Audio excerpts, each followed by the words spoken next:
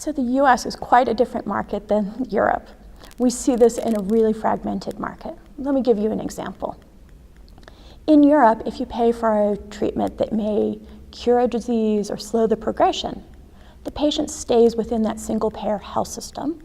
So the payer that paid for that medication at one point in time will also receive the benefits of that treatment, either in lower healthcare costs, better health care for that patient, several years down the road. In the US, that patient has likely moved on to a second or third health plan, so they aren't reaping those benefits.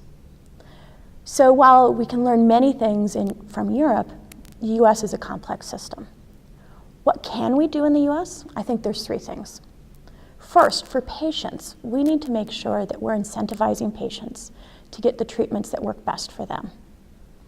There are things that we can do to make sure that patients who, just by bad luck, bad genes, have tried and failed other treatment alternatives and now need more costly therapies, that they aren't hit with a double whammy, with a higher copay or coinsurance, as well as poor health. So we can do things to try to ensure that patients are paying treatments and not penalized financially for their genes or bad luck. The second is encouraging providers. We have a very fragmented healthcare system. So if you incentivize a provider in one way to encourage high-value care, the hospital, the payer, may have different incentives.